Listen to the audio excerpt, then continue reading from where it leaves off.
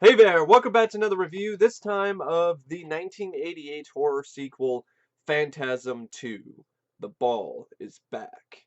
And yeah, and I gotta say, it's back and it's better than ever. I love this movie. I've always liked Phantasm 2. Phantasm 2 is actually the first Phantasm film I ever saw. My good friend Damien Sage actually showed this to me for the first time on VHS when I was visiting him in North Carolina a while ago, like close to almost a decade now. And that's where I was introduced to films like Savage Streets, and that's where I saw Silent Night, Deadly Night in the theater, and Black Christmas. And so he also showed me Phantasm 2, because I believe he was also a fan of it as well. And I could see why. I liked it then, and I like it now. I still like it. I love this movie. It's one of my favorite sequels, and I think it's a tad better than the first film. It still has some of the same issues the first film had, namely the ending. I don't know what is up with Don Coscarelli wanting to end all of these Phantasm movies with these just sequel bait, depressing endings. I don't get it, but that's just my personal opinion. But anyway, Phantasm 2, though, is I kind of liken it to Aliens. Phantasm was Alien, and Phantasm 2 is Aliens. It's more action orientated. It's got more gore, so it's got a bigger budget. And I think the first Alien had a decent budget as well. But I mean, definitely comparison to Phantasm, Phantasm 2 is a much bigger budget than Phantasm. It was given a budget of $3 million, which was and still is the most money that was ever given for a Phantasm film. And then, interestingly enough, it was also the lowest amount of money, the lowest budget that was ever given to a Universal film.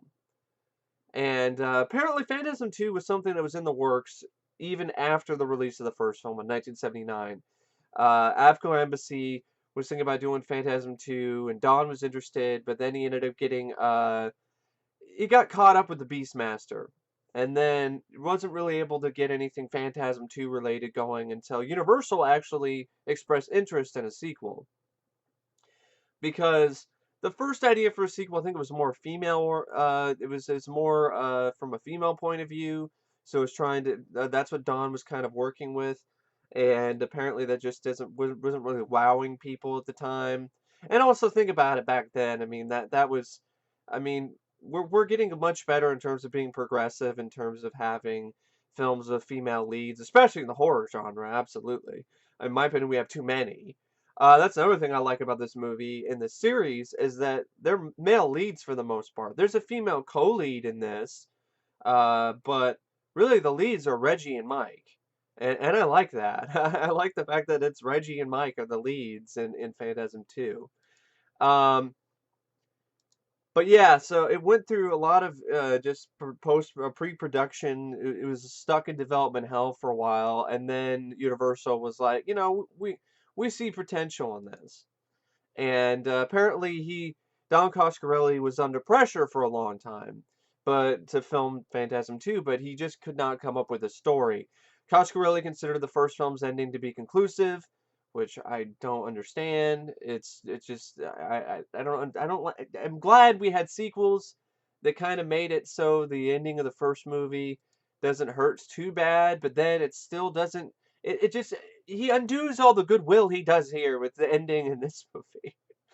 And he did not feel knowledgeable about writing sequels, but he had what he described as a breakthrough when he realized he could start the film immediately after the film's final scene. He also added a road movie element in how Reggie and Mike combat the tall man, and I really like that. I like the whole, oh, Reggie and Mike, they team up, they get in the road, they go on the road, they get in the road, they go on the road in their Cuda, in their Hemi Cuda, and they're driving around the countryside trying to find the tall man. I think, it's straightforward, but I like that. Sometimes less is more. And that this is definitely one of those cases because later in the franchise it would get way too complicated and way too complex, and in my opinion, it was to the franchise's detriment. Now, so he described the process as straightforward. But Universal Studios, like I was saying earlier, they took interest in the film because they wanted a horror series. And so to compete with films like A Nightmare on Elm Street and Halloween and so on. So and they greenlighted Phantasm II because one of the main executives at the studio at the time was a big fan of horror movies as well as being Coscarelli's former attorney. So I guess it helps to have friends in high places. And Universal allocated $3 million to the film, and Greg Nicotero and Robert Kurtzman, later of K&B EFX, were recruited for special effects, as well as Mark Shostrom, who worked on the upgraded dwarves, which are this is probably the best they've ever looked, honestly, thanks to Mark Shostrom. And well, Universal got involved, and because it's a major studio, they wanted certain things done a certain way. And I don't think Don really liked that, but in some ways, I think it actually ended up working out for the better. I know for one, he was really wanted Michael Baldwin. He wanted a Michael Baldwin to play Reggie, not to play Reggie, Reggie Bannister to play Reggie, and a Michael Baldwin to play Mike. But the studio was like, nobody knows who this guy is. He hasn't acted in anything in years, and he's not a marketable guy. So, but they also were saying that, and I don't understand this. They were trying to recast Reggie, and I was like, that's a complete no, absolutely not, no. And they eventually did make a compromise, and they allowed Don Coscarelli to cast Reggie Bannister as Reggie, but only if they recast Mike. And they recast Mike with an actor who really hadn't done that much except for a few roles in TV and in James LeGros. So as Mike, and he had the look that they were looking for, and I liked him. I actually liked James LeGros. I actually liked him a little bit more than Michael Baldwin. Actually, I liked him a lot more than Michael Baldwin. Especially I just liked his look. He was more muscular. It was a nice transition to see that Mike, he grew up, he faced his fears, he became a strong character and a hero, and I like that about him. I don't like how the franchise goes backwards with the sequels and makes Michael, a sniveling, scaredy cat. I don't like that. I really don't appreciate that. I don't think that's the right direction to take the character, especially after you had him be a badass in this movie. You're going backwards. It's like Karate Kid Part 3. And I didn't like it when that movie did that. So, but yeah, Coscarelli admitted to following direct influences by Universal during the making of the movie. The atmospheric, illusory, dreamlike style of the first movie was discouraged, and a more linear plot line with voiceover narrations of various characters was required. No dreams by characters were allowed in the final cut, and I don't really, I don't, no dreams were allowed at all. Like I kind of got a feeling that there were some dreams because there were dreams. There was that whole scene where Mike and the girl are making out, and like we're dreaming. I mean, so there were dreams. I'm reading this off of IMDb trivia, so this stuff can be edited. Um, so anyone can put stuff in here. So I don't think there was no dreams in this at all. I remember there being a few, and the connection between Mike and the girl, and I think her name is Liz, the character, played by Paula Irvine. This character, the connection between the two is through dreams. So yeah, I'm like, I don't get that. And a female lead was added to as a love interest for the character of Mike. Paula Irvine was cast in the part. I liked her. She was nice to look at, and I thought she was actually a pretty decent actress. Um, I liked the fact that I know it's cliched and I know it's that and so on, but I thought they had good chemistry, and I liked the whole sort of thing where there's an actual connection between these two. It wasn't a random love interest. There was actual connection between the two. They both had this ability to dream and end up having some sort of connection to the tall man, and I liked that. I thought that made their bond unique. Because a lot of the times in these type of movies, it's just some girlfriend or some girl the guy comes across and then they fall in love. This was one of those things where they knew each other through their dreams. And I like that aspect of it a lot. And I think that's a bit underrated actually, because it adds this sort of I thought it was fairly sweet. And also it does kind of have that sort of comic book feel. It adds a little bit of a comic book feel to it. And this does feel more like a comic book type of horror film. And I like that about it. I like comic books. I have to admit, I like that. I like that, you had this sort of comic vibe to it. It kind of reminded me of Evil Dead 2 in some ways. Um, and I guess, like I said earlier, the Universal executives wanted to recast A. Michael Baldwin and Reggie Bannister because they were unknowns. They hadn't been in the business in a while, but they made an agreement with Don and let him cast one. So he went with Reggie. And apparently, speaking of Mike, Brad Pitt apparently auditioned for the role of Mike, but it went to James LeGros. James LeGros also reminds me of in appearance Peter Berg. And I'm a big fan of Peter Berg. I thought he did a great job in Shocker. So it's kind of nice to see that same sort of athletic build type of character in a horror film. And apparently, the casting of James LeGros has really caused a rift among some of the cast members. LeGros apparently enjoyed his time with the production. He got along very well with the cast and crew. And Don Coscarelli, Angus Scrimm, Reggie Bannister all speak glowingly of their experiences with him. But A. Michael Baldwin has a grudge. In the audio commentary for Phantasm III on the Anchor Bay DVD, he twice referred to Phantasm II as a film that which shan't be named, and had stated in a podcast interview that he considers it a terrible movie. I respectfully disagree, A. Michael Baldwin. I really do. Or Michael Baldwin. I hear different things. I hear it's Michael Baldwin. I hear it's A. Michael Baldwin. Whichever one it is, I disagree.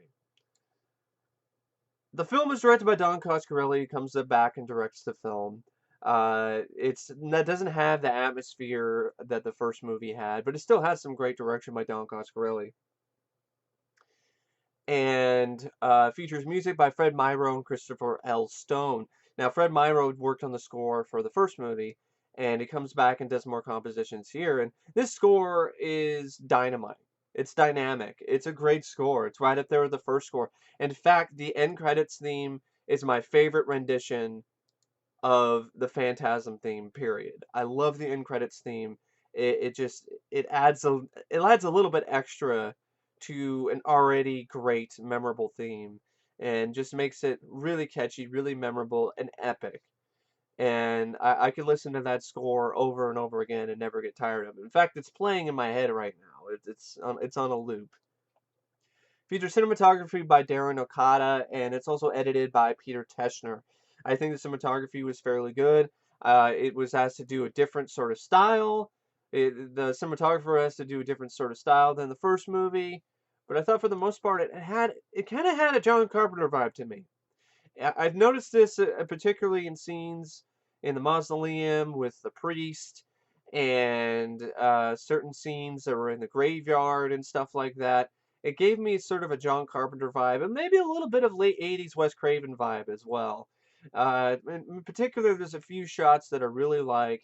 There's a scene where Mike and Reggie are in a grave, one of the cemeteries, and all the graves have been dug up, and it's shot in a wide shot, and it's at night, and I really like the way that that scene is set up, and it's a nice visual to have all this just rows after row after row of empty graves in a cemetery.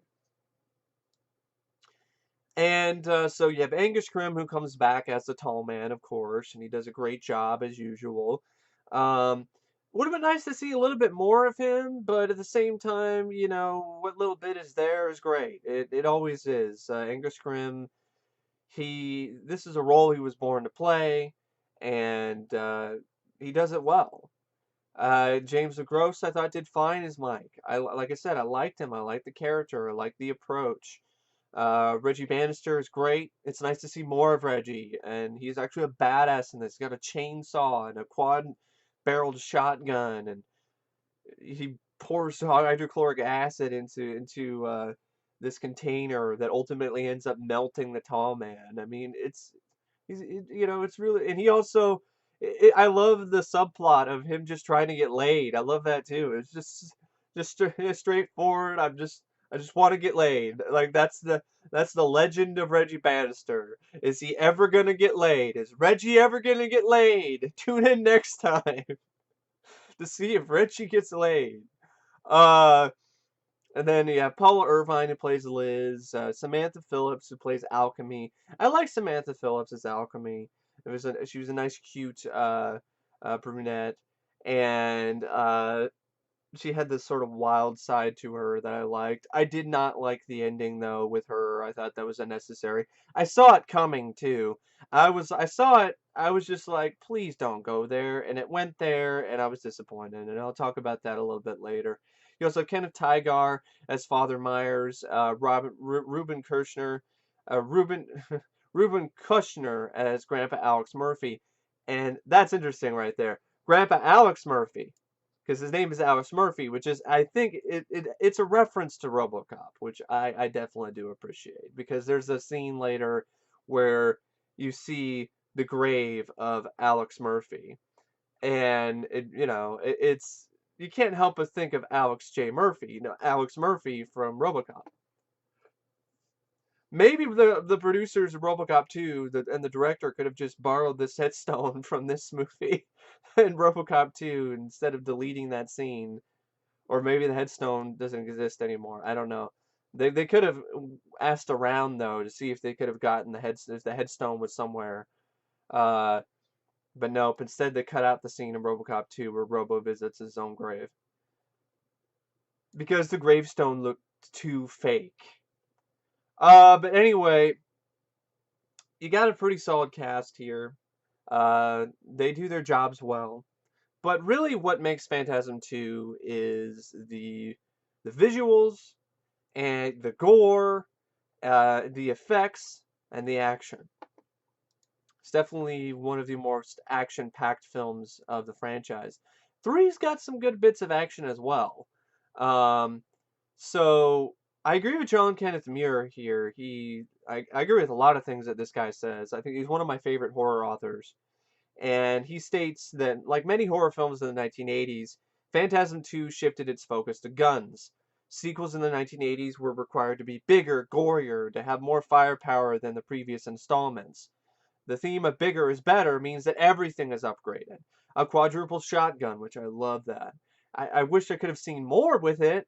He only shoots it once, but when he shoots it once, it definitely makes one hell of an impact. Wipes out like 4 little dwarves in like one shot. Golden spheres with increased weaponry, a chainsaw duel, and the nature of the tall man's death.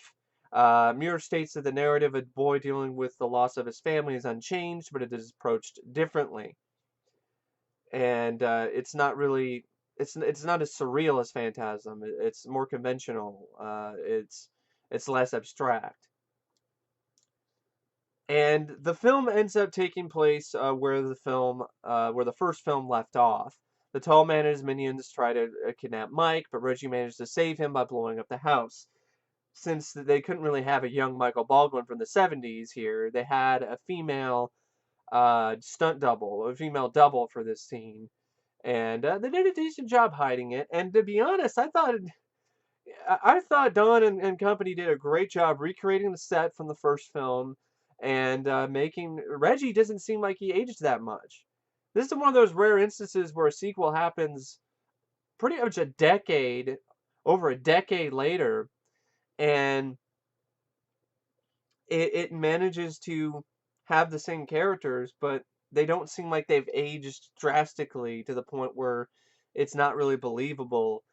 And I thought that was interesting, and that's just how Reggie Bannister is. Like he still looks great, and it just seems like that guy just doesn't age. He just stays the same, which is good for him.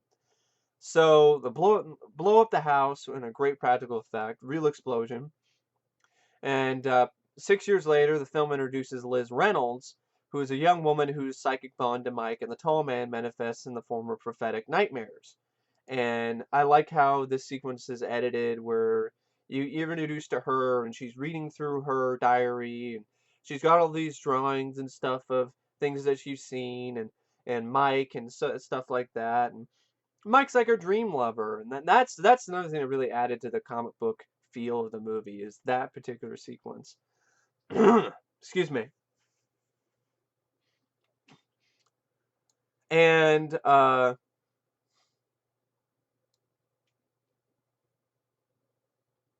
yeah, the scene where they blew up the house, which was actually filmed using a genuine house, which was in the path of the California 105 freeway construction. The production company bought the house for $500 from the state of California. Good deal. Under the condition that they would move it from the site. The original house was one story, but a second story was added to match the house from the first film. A safety officer was sent to supervise the stunt and kept restricting the amount of explosives due to the fact that the house is near an airport. When he asked what movie the scene was being filmed for and was told it was Phantasm II, he responded, "This is Phantasm? Blow the hell out of it," and then allowed them to use as much explosives as they desired. Nice. Good call there. The house was then rigged up with primer cord, mortars, black powder bombs, and plenty of gasoline and blown the fuck up. The sequence was shot with 6 cameras. It was tightly choreographed with Angus Scrimm, Reggie Bannister, and Lori Loughlin doubling as young Mike, not the same Lori Loughlin that you might be thinking of, requiring to walk or run away from a fireball explosion on film, and all in one take. It also doubled as Reggie's house when Tall Man kills his family later, which I was like, yeah, they just reused the same explosion. You could tell. It was like, so he lives in the set. That's what kind of got me lost there for a second. I saw the same house explode when it's supposed to be Reggie's house, and I was like, so did his house explode? What? It exploded earlier. It exploded again. Was that a dream earlier? What? I don't understand. And you can see why. Um, but anyway, Liz has the psychic bond with Mike and the tall man through these dreams. Liz pleads to Mike to find her, and she fears that when her grandfather dies, the tall man will take him. Mike, who's been institutionalized after the events of the first film, is in a mental asylum. He fakes his recovery to make contact with Liz. When Mike returns to Morningside Cemetery to exhume the bodies of his parents, Reggie interrupts him and explains that the earlier attack never took place. However, Mike reveals the coffins are empty and urges Reggie to help him hunt down the tall man. On the way to Reggie's house, Mike has a premonition and tries to warn Reggie seconds before an explosion kills his entire family, and it's the same explosion as the previous house from Phantasm. And convinced by Mike's futile warning, Reggie agrees to accompany Mike. They break into a hardware store. They stock up on supplies and weapons. Uh, I love the gearing up scene, where they just get all the stuff, and I love the subtle thing here in this sequence where Reggie, he actually ends up opening the register, leaves some money behind. They break into the place, they take all these weapons and stuff, but he makes sure, I'm gonna leave some money behind. I'm not gonna be a total a-hole. I'm gonna leave some money behind the register to pay for the items that I took. And so they end up going on a road trip. They travel across the country.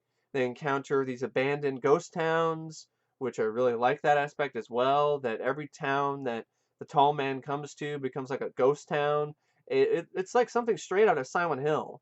And I would not be surprised if Silent Hill, the video game, was actually loosely inspired by this movie because it has that sort of vibe to it. They're driving through these towns and places are all boarded up and there's dust, and it seems like there's cobwebs and stuff. It just completely empty.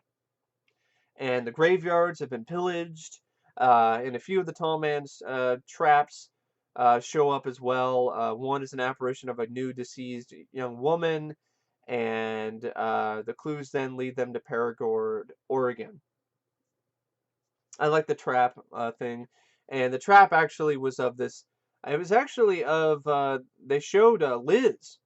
Liz, he thought he found Liz, but then like she freaks out, and then like this, what looks like a Freddy snake pops out of her back. It was actually a pretty good practical effect as well. And meanwhile, Liz's grandfather does die, and her sister Jerry disappears during the funeral. While searching for Jerry, Liz finds the tall man and she flees. The presiding priest, Father Myers, is really, really paranoid, and to the point where he's going crazy, and he's dealing with alcohol withdrawal because he wants to drink because he knows what's going on. He knows that the tall man is here. He's not of this earth, and he's desecrating these bodies, and he's bringing these bodies back to life. Now it's kind of like what happened in the earlier film, where they bring the bodies back to life and they shrink them down to dwarves, and apparently they still do that. But I guess there's an in between phase, and I guess there's a time when Tall Man uses the bodies and to like scare people or something, if they're just like zombie form, which I don't remember really seeing that type of thing in the first movie. So that's kind of, I don't know, that kind of like, I was just like, why is the grandfather like showing up as a zombie, like freaking out his grandmother, freaking out, not his grandmother, his wife. And I still kind of don't get that. Uh, because the grandmother then later shows up in dwarf form. So I'm like, okay, what was the point of the zombie grandpa? The priest tries to kill the zombie grandpa before he becomes a zombie, but it doesn't work. The corpse ends up getting up and kidnaps Liz's grandmother. I guess the tall man uses him as somebody to kidnap people. Other than he's got other people, he's got the dwarves to do that. He's also got the gravers, which I like that addition. I actually really like that addition. These gravers, where these people, I don't even know if they're human or not. They could be reanimated corpses, and they wear these gas masks, and they go around, and they are the ones that are responsible for digging up the dead bodies out of these cemeteries and bringing them to the tall man. And so, excuse me, the tall man ends up showing up later after Liz's grandmother was kidnapped and tells her to return at night if she wants to rescue her grandmother. And then Mike ends up, he shows up at the mortuary at Perigord. And actually, it was before the Perigord, before they get there, because they end up picking up this hiker named Alchemy, who resembles the nude woman that he saw earlier in some apparition, and it was more like a dream of some kind. And they find Perigord deserted and decrepit, like all of these other towns. And Liz arrives at the mortuary. She's confronted by Father Myers, who tries to convince her to escape with him. And he has a scene with the tall man, which has that great quote by the tall man, where he says this: "You think that when you die, you go to heaven. You come to us." I love that. It's like, it's like, you come to us. It's like, you would think that when you die, you go to heaven. You come to us. And then he tries to he actually tries to hang him with his own prayer beads, with his own necklace, but for some reason that doesn't work. It just stops working after a little bit. So he can get attacked by one of the spheres, because the tall man unleashes the spheres on him. It's a great looking effect. This time you get to do a little bit more.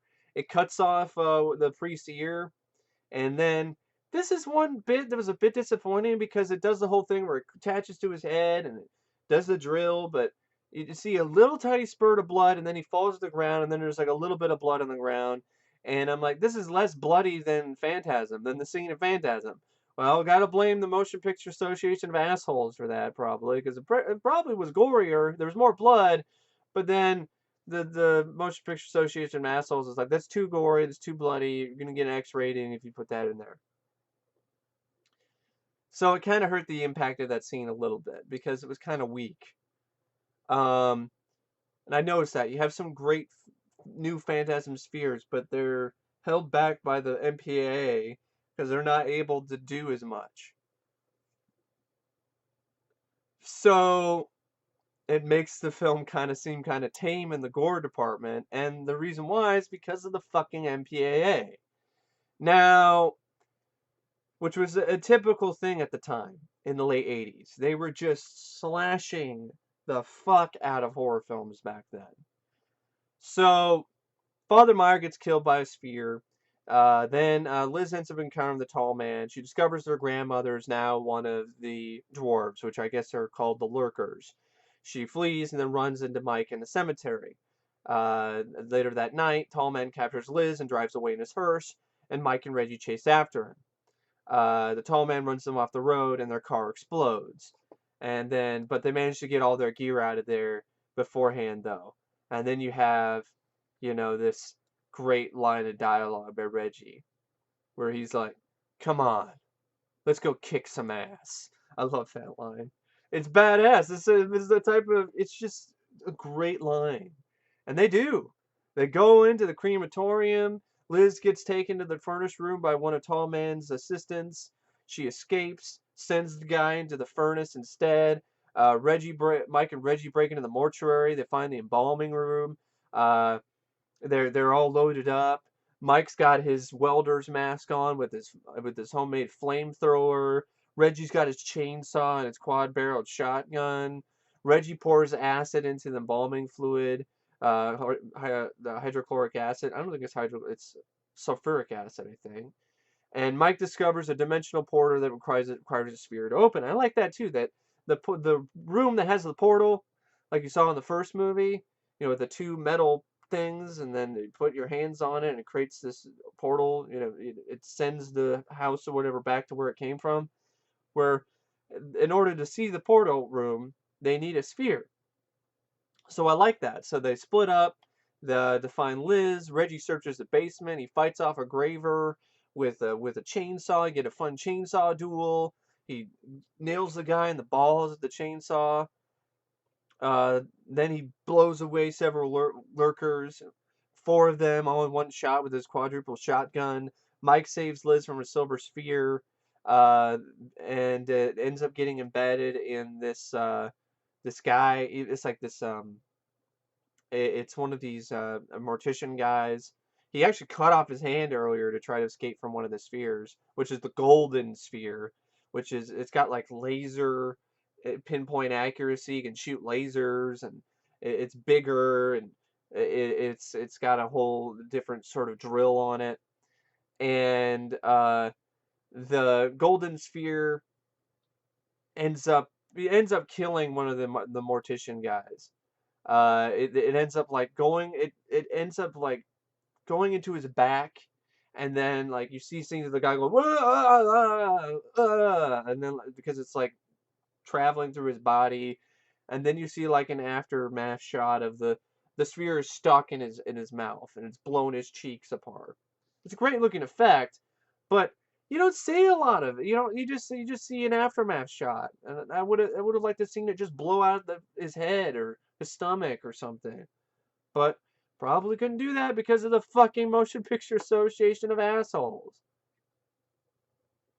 So there's another guy though. He's the one that gets killed by the other sphere, which ended up drilling into his head, and the sphere also gets stuck in his hand, one of the spheres. So Mike grabs that and puts it into the wall and opens the door, and then they see the portal, and they get ready to burn it.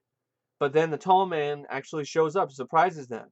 Uh, and then Mike is actually prepared. He's got that other spear that he used to open the door, and he grabs it and sends it flying towards the tall man. I like that scene too. He's like, "Suck on this." He's like, "Hey, suck on this," because the tall man has grabbed Liz. He's tied her up. He's planning on injecting her with embalming fluid, and then Mike shows up, saves the day, sends the sphere at the tall man, hits him right in the head. Uh, Starts drilling. His head starts spurting this yellow fluid. You also see like this like like kind of alien-like appendage that pops out of his head as well, that starts like trying to grab Mike. And that was actually after the tall man actually pulls the sphere out and crunches it up like a beer can and then just tosses it aside. That just shows you how strong the tall man is. It's just like, oh, this sphere is nothing. And that's when I think it's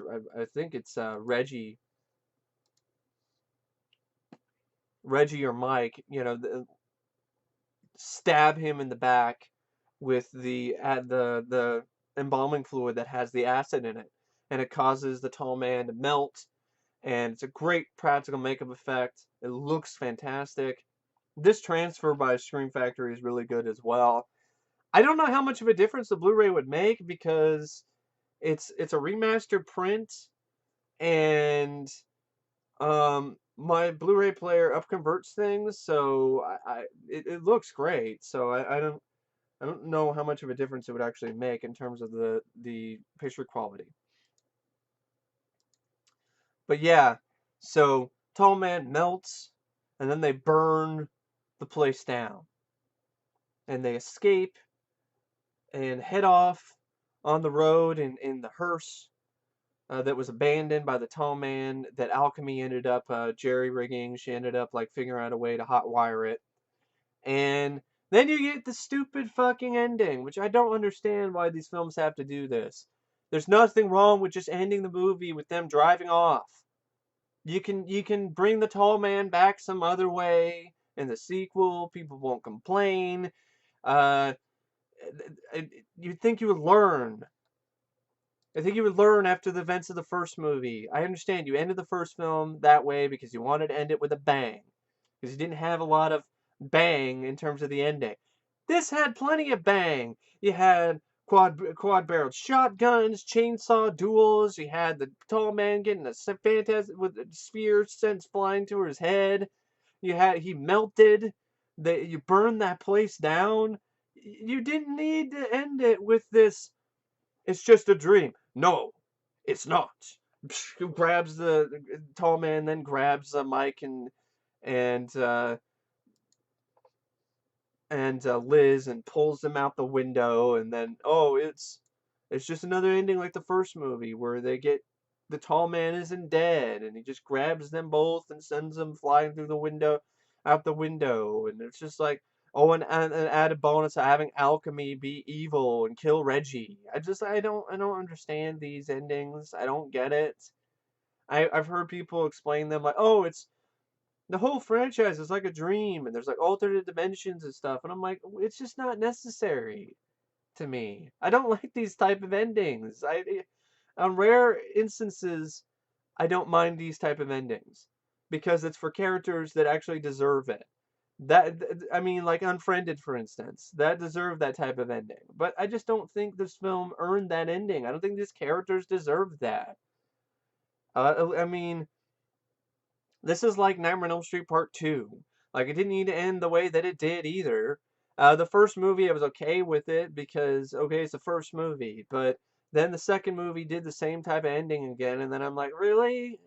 Let's just cut this out. And then, but actually, Nightmare on Elm Street actually learned from that and actually did not have too many of these endings later. They're like, no, we're not going to do that. We're just going to end the movie the way it is, and that's it.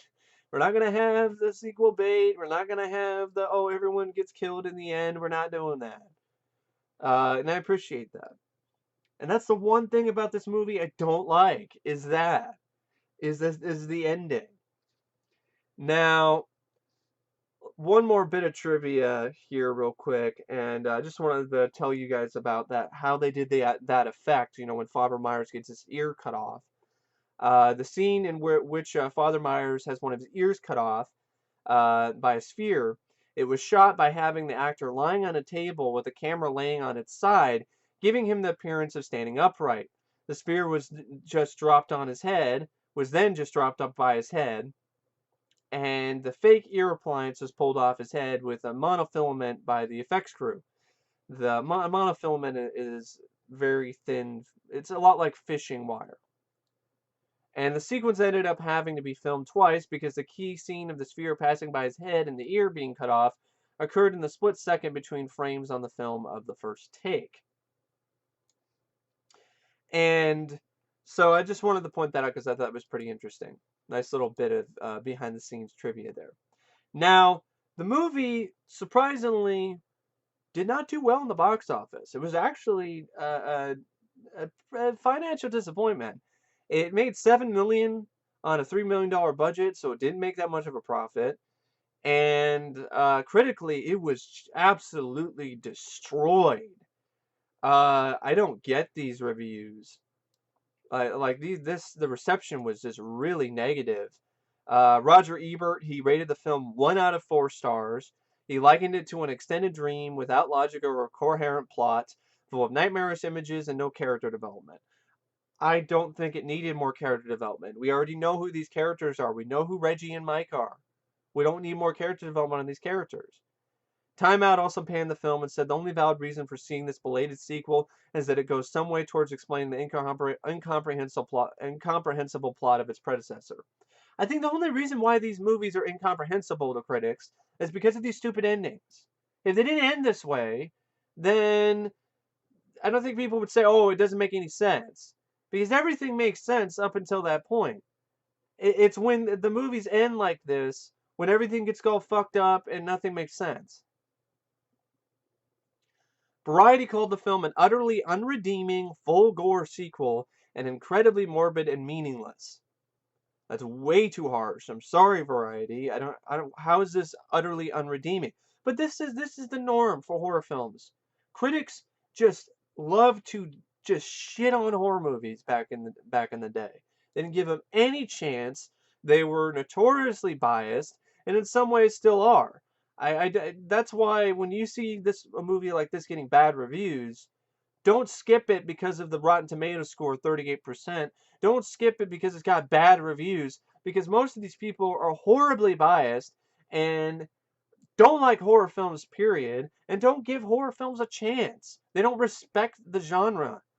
So, Carrie Rickey of the Philadelphia Inquirer described the film as a series of apparently unrelated horrors visited upon good-looking blonde people and criticized the gore. I love the criticizing of the gore. It's not that it's compared to other films, it's not even really that gory. So I don't get it. Roger Hurlburt of the Sun Sentinel criticized LeGros's acting and called the film a waste of time. So yeah, just really, really terrible reviews that I just had to mention because they made my jaw drop. I was just like, wow, that's a bit harsh. I mean, if you don't like the film, fine. I mean, to each their own. But I don't think it's nearly as bad as they were making out to be. That's for sure. I think it's one of the better sequels out there. I like it. I enjoy Phantasm II. I always have.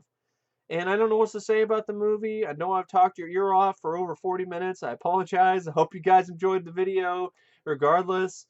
Um, I don't know what else to say about it except it was a rated out of 5 stars. And if I was going to rate Phantasm 2 out of 5 stars, I'd give it 4.5 out of 5. It's a step, little tiny, like a half a step above the first movie because I think it's a bit better paced than the first film. Um, there's a little bit more going on. There's more gore, there's more action, and I really like that about it. And there's more of a budget behind it, and you can definitely tell. And I just really like Phantasm 2. I always have. It's my favorite Phantasm film. And I hope you guys enjoyed the review. And as always, I will see you guys later. See ya.